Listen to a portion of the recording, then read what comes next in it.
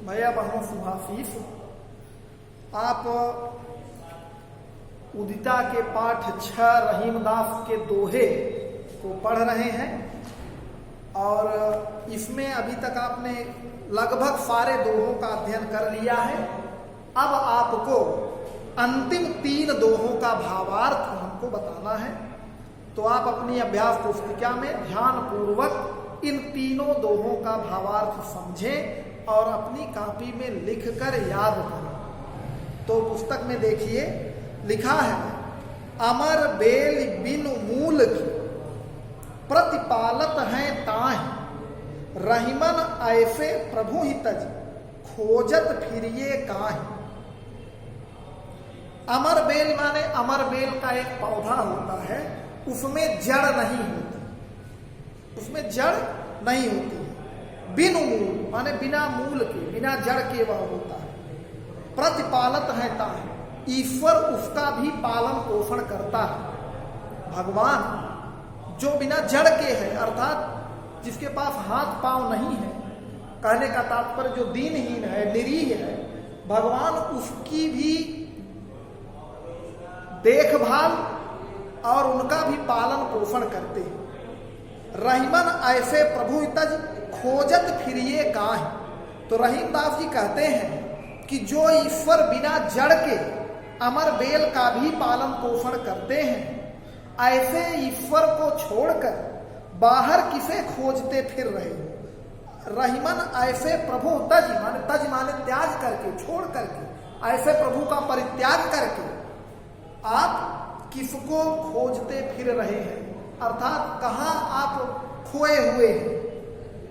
कहने का तात्पर्य यह है कि ईश्वर आपके स्वयं अंदर ही हैं, उन्हें अंदर ही समझिए और अंदर ही खोजिए तथा उन्हीं में मन लगाइए, क्योंकि वो दीनों के दयाल हैं, वो सबका कल्याण करने वाले हैं, इसलिए उनका ही स्मरण सभी के लिए कल्याणकारी होगा।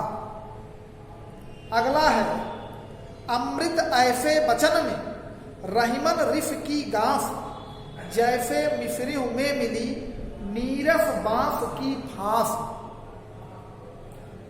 इसमें रहीमदास जी कहते हैं कि ज्ञानी संत महात्मा की अमर वाणी में कभी कभी उनके क्रोध से उपजे शब्द भी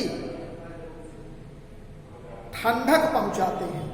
अमृत ऐसे वचन में, अमृत ऐसे माने अमृत भरी वाणी में भी रहीमन रिफ की गांस, गांस माने गांठ, रिफ माने क्रोध।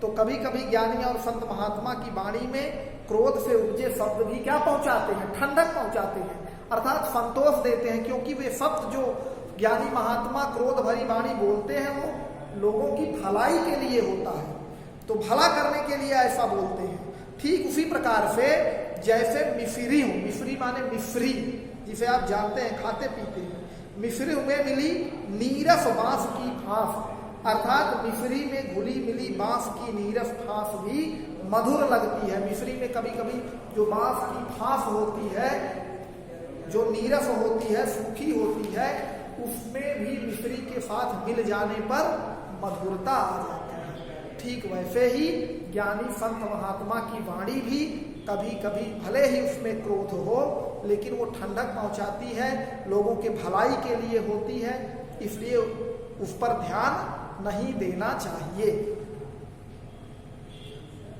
अगला है, अरज गरज माने नहीं रहीमन ए जन चार, रिनिया राजा मांगता काम आतुरी नार।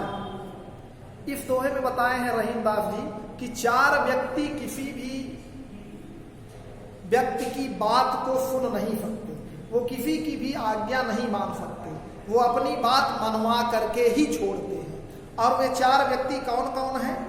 अरज गरज, अरज माने विनती, गरज माने आपका संकट, आपकी मजबूरी, जैसे कहते नहीं कि आज हमारी गरज है, तो गरज माने मजबूरी और अरज माने विनती, प्रार्थना, माने नहीं मानते हैं। रहीमन ये जन 4, रहीमदास जी कहते हैं ये 4 लोग किसी की प्रार्थना और मजबूरी को नहीं मानते हैं, वो अपनी बात मनवा करके ही छोड़ते हैं। ऐसे लोग कौन है? ऋणिया, ऋणिया माने ऋणी, कर्जदार व्यक्ति जो कर्जा लिया। राजा, राजा भी अपनी बात मनवा करके ही छोड़ेगा। मांगता माने भिखारी, भिखारी जो भिक्षा मांगता है वो अपनी बात कहेगा, आपको भिक्षा देना ही पड़ेगा।